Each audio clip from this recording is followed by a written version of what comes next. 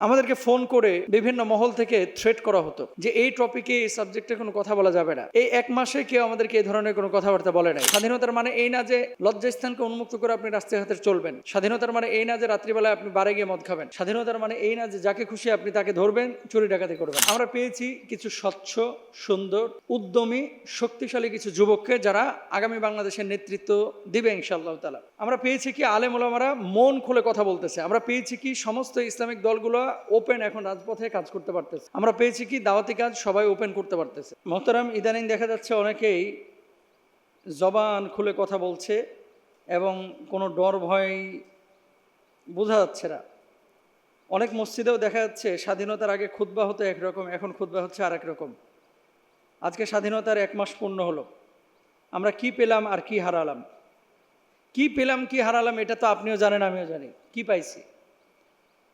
এখন যে কোনো ইসলামিক স্কলার কথা বলতে সামনে কি হবে এই কথাটা বলার পরে সে এটা চিন্তা করতেছে না। তার মানে কি বাক স্বাধীনতাটা পুরোটাই ফিরে পেয়েছে। 2 নম্বর আসেন, বাংলাদেশে এই নতুন স্বাধীনতার পর থেকে অনেকে রাস্তাঘাটে গুমের ভয় পাচ্ছে না, অনেকে থানার ভয় পাচ্ছে না। হ্যাঁ, অপরাধী যে সে ভয় পাবে, কিন্তু আগে অপরাধ না করে মানুষ ভয় পেয়েছে।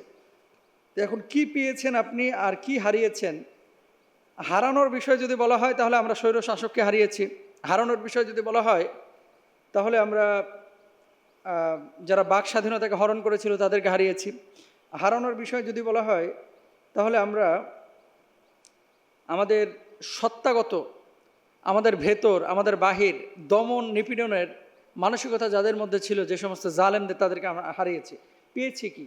আমরা পেয়েছি কিছু স্বচ্ছ, সুন্দর, উদ্যমী, শক্তিশালী কিছু যুবককে যারা আগামী বাংলাদেশের নেতৃত্ব দিবে ইনশাআল্লাহ তাআলা। আমরা পেয়েছি কি আলেম ওলামারা মন খুলে কথা বলতেছে। আমরা পেয়েছি কি সমস্ত ইসলামিক দলগুলো ওপেন এখন রাজপথে কাজ করতে পারতেছে। আমরা পেয়েছি কি দাওয়াতি কাজ সবাই ওপেন করতে পারতেছে। এখন কথা হচ্ছে 1 মাস পরে আমরা ছাত্রদের কাছে কি পেলাম, ছাত্রদের কাছে কি পেলাম এবং কি হারালাম, এই আলোচনার আগে আমাদের দরকার যে আপনি নিজেকে স্বাধীন মনে করতেছেন কিনা। হ্যাঁ, আমি স্বাধীন মনে করতেছি। জুমার খুতবাতে আগেও যেমন স্বাধীনভাবে কথা বলেছি, আমার মসজিদে স্বাধীনতা ছিল, সব মসজিদে সেই স্বাধীনতা ছিল না। তো এখন অনেকে স্বাধীনভাবে কথা বলতেছেন।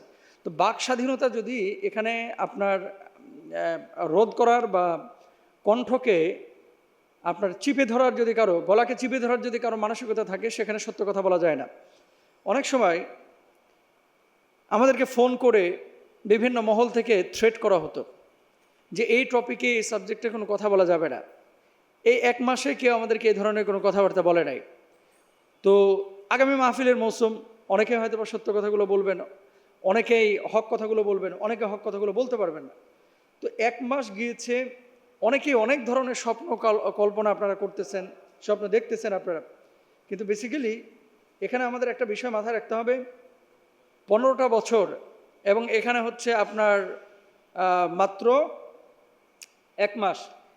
কোথায় 15 বছর আর কোথায় 1 মাস? একটা মাসে এত কিছু আশা করা আসলে আমাদের ঠিক হবে না। ওয়েট অ্যান্ড সি, অপেক্ষা করেন এবং দেখেন সামনে কি ঘটতেছে, কি হচ্ছে। প্রিয় ভাইরা, তারপর আরেকটা বিষয়, সেটি হচ্ছে যে কোনো কাজে দ্রুততা এটা শয়তানের আপনার লক্ষণ। যে কোনো কাজে তাড়াহুড়া করা যাবে না, বরং ধীর স্থিরতা, এটা আল্লাহ সুবহানাহু ওয়া তাআলার পক্ষ থেকে আসে। যে কোনো কাজে আমরা মানে সুস্থতার সাথে, শৃঙ্খলার সাথে, ধীর স্থিরভাবে আমরা করার চেষ্টা করব।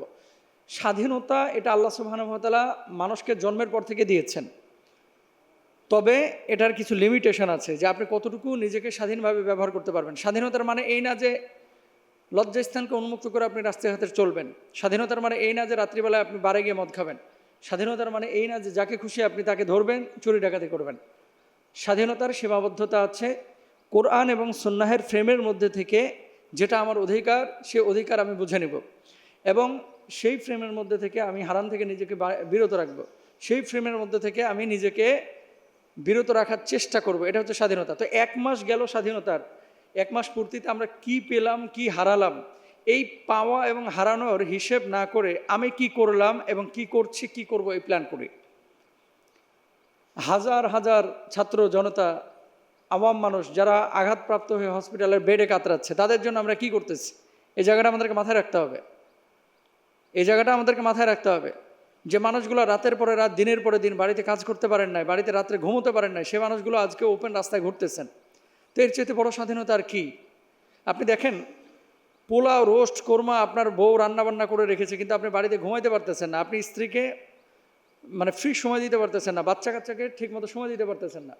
তো সেই জায়গাটা থেকে আপনি তো এই জায়গাটা এখন এসেছেন, এরপর আল্লাহর কাছে দোয়া করবেন এবং আমরা প্রত্যেকেই অন্যকে পরিবর্তন করার চেষ্টা না করে নিজেরা নিজেদেরকে পরিবর্তনটা আগে করার চেষ্টা করব। আল্লাহ তাআলা তৌফিক দান করুন।